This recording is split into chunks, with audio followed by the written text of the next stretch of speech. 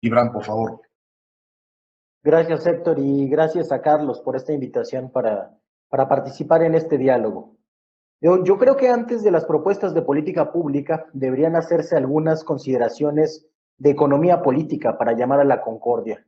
Entonces, yo tengo que empezar por proponer, y espero que no se me juzgue de ideológico, porque esto es absolutamente pragmático, que una parte de la cúpula empresarial deje de hacer la lucha de clases, sobre todo uno, afirmando que la única manera de salir de la crisis es la típica en nuestra historia reciente, que pasa por inyectar recursos a las empresas que representan un mayor valor del PIB, siendo estas o tomándolas en cuenta como único mediador posible para proteger el empleo y arropar a la pequeña y mediana empresa, pero sin poner su parte en la crisis que afectará a todo el país y que tenemos que pagar entre todos.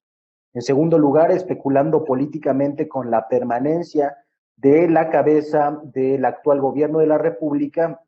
Y en tercer lugar, conteniendo la inversión en un grado sensiblemente mayor al que lo ha hecho, por ejemplo, la inversión extranjera, por motivos que van más allá del riesgo político real.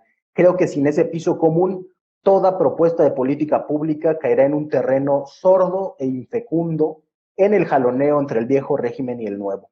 Paso ahora a la política pública. Creo que lo primero que hay que rescatar, porque se nos va a morir del todo, sobre todo en sus expresiones de pequeña y mediana empresa, es el sector turístico. Y tiene que haber un plan emergente para conectar la demanda de países que han ido superando ya la crisis sanitaria para venderles paquetes de futuros en México.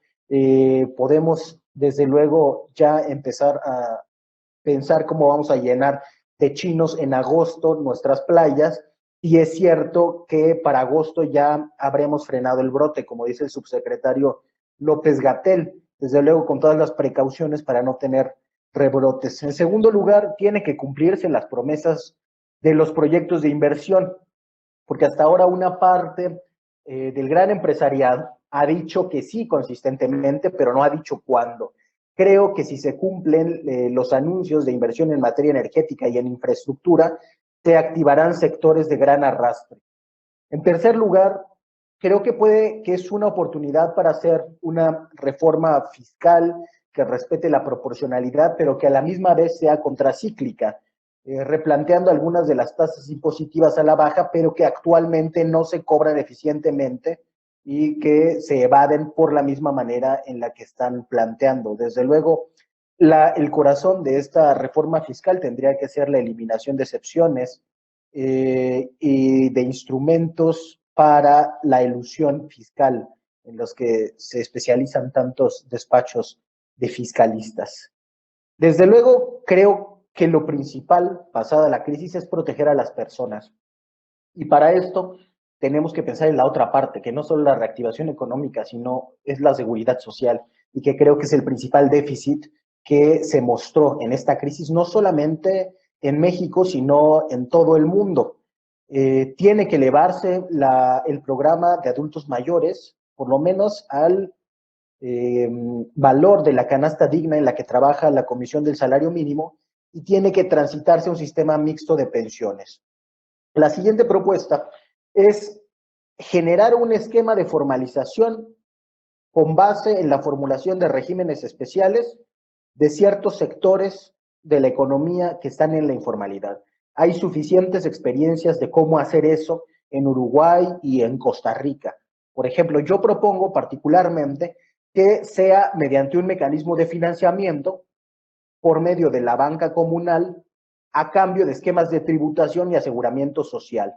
La banca comunal suele agrupar entre 15 y 50 personas de una misma comunidad que tienen cierta relación entre ellas.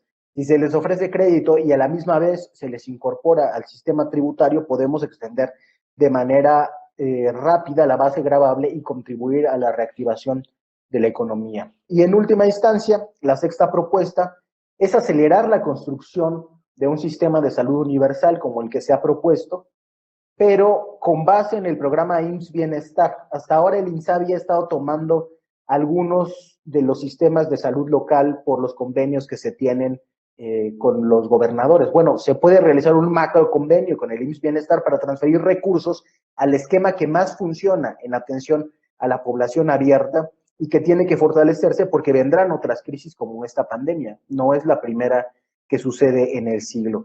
Proteger a las personas es un asunto de derechos, no es un asunto de regalos en efectivo, como decía el gobernador Carlos Mendoza. Por eso lo pongo sobre la mesa. Muchas gracias. Muchas gracias, Gibran. Toda una agenda social para el acuerdo, porque la palabra que rige estas conversaciones es la palabra acuerdo. Todo está camino hacia el acuerdo, lo cual supondrá, desde luego, la disminución o la eliminación de la discordia. Muchas gracias, Gibran.